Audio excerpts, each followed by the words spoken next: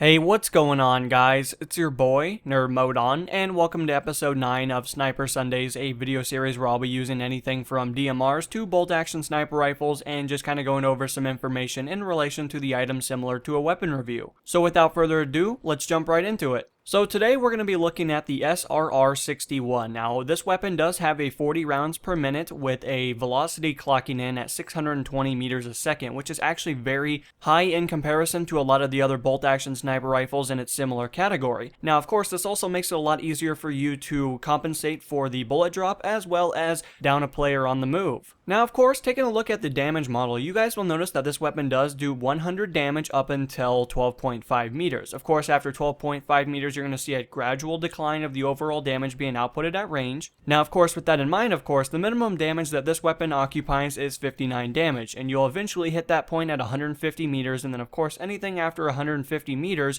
you're just going to be doing a steady amount of damage of 59. So of course it's always in your best interest to try to aim for the power points such as the head or even the neck in many cases, because it's going to allow you to always ensure that one-shot capability. Now of course with that information kind of talked about, let's take a look at the reload speeds as well as the magazine size to give us a better idea of how this weapon performs against its competitors. Now of course, taking a look at the short reload, you guys will notice that it's going to be clocking in at 3 seconds, which is actually pretty quick in comparison to its other competitors, which is also going to allow you to get a new magazine ready to go and also get back onto the battlefield. However, if you happen to expel all your ammunition, you are going to have to sit through a pretty lengthy reload speed clocking in at 4.8 seconds, so it's always in your best interest to keep at least one bullet left in the magazine at all times, because it's going to ensure you to get a quick reload and also get back into the battle. Now of course, this weapon does have a 7-round magazine plus 1 in the chamber. You add both of those together of course and you're going to have 8 rounds total showing in the bottom right hand corner, which is not too bad. I mean, it's obviously not as much as some of the other weapons, but by and large, 8 bullets still allows you to definitely put a lot of damage down range as well as getting a lot of kills when it comes down to the main gist of it. And finally, taking a look at the recoil numbers, you guys will notice that this is a sniper rifle, so of course you're only going to be chambering 1 round for every time you pull the trigger.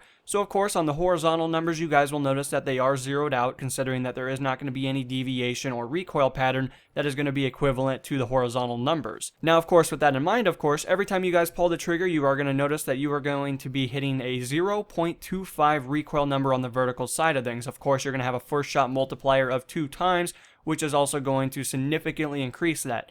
However, you are only shooting 1 bullet and you're never really going to notice it unless you have a straight pull, which in that case you can reload while still ADS'd. But when it comes down to the main gist of it, guys, that's pretty much all the information when it comes down to the statistics of the weapon. Now of course if you guys are interested, I can give you some customization recommendations so that you guys can outfit yourself better on the battlefield. So starting things off in the optics category, I'm going to recommend to you guys to use an optic that you're very familiar with. If you've been commonly using the 8 times, I would highly recommend continuing to go along with the 8 times. And if you're using something like an ACOG or even a red dot sight for more of an aggressive layout, then of course go along with that, considering that you've already become accustomed to that kind of optic, which in turn is going to make you a lot more proficient when it comes down to the main gist of it. Now of course, taking a look at the accessories tab, in this case if you're more of an aggressive player, then I would highly recommend going with a laser sight, because it's going to allow you to maybe no scope somebody if they happen to get too close on you and you just happen to panic, or maybe ADSing is not the best option for that circumstance, then this is definitely going to be a very good option. However, if you're more of a defensive player, you like to maybe sit back a little bit more, then of course going with a variable zoom might not be too bad of an idea if you are using something like a higher optic scope.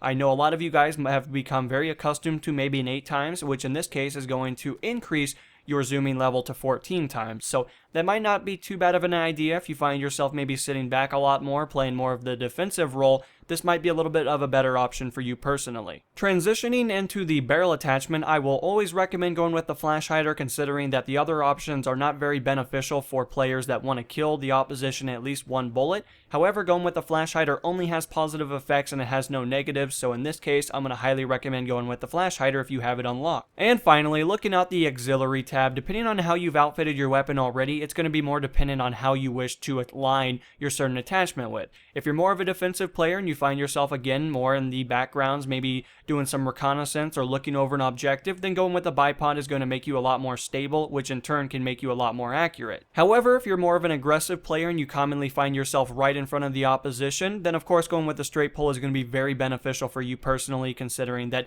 it's going to allow you to sometimes line up shots and be able to constantly put that ammunition down range, but as well as it's just going to be more beneficial, especially on the move. But anyway, guys, this has been this episode of Sniper Sundays. Of course, if you guys have any recommendations to improve the episodes, feel free to let me know in the comments below. And until the next episode, guys, I will talk to you later, and this is NMO, and I'm going to be signing out, guys. Peace.